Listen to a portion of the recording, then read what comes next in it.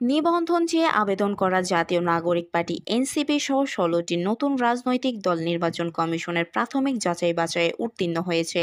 Staff reporter Minhas Uddin জানান, রোববার নির্বাচন কমিশনের নির্বাচন শাখা থেকে এ তথ্য জানান। ইসির অতিরিক্ত সচিব আলী নেওয়াজ জানান, এনসিপি সহ ১৬টি নতুন দল নির্বাচন কমিশনের প্রাথমিক যাচাই বাছাইয়ে দলগুলো উত্তীর্ণ হয়েছে। এবার এই ১৬টি দলকে মাঠ পর্যায়ে তদন্তের জন্য পাঠানো হবে। গত ২০ এপ্রিল নতুন দল নির্বাচনের জন্য আবেদন আহ্বান করে নির্বাচন কমিশন। এরপর ৪৬টি দলের অনুরোধে সময়সীমা ২২ জুন পর্যন্ত বাড়ানো হয়।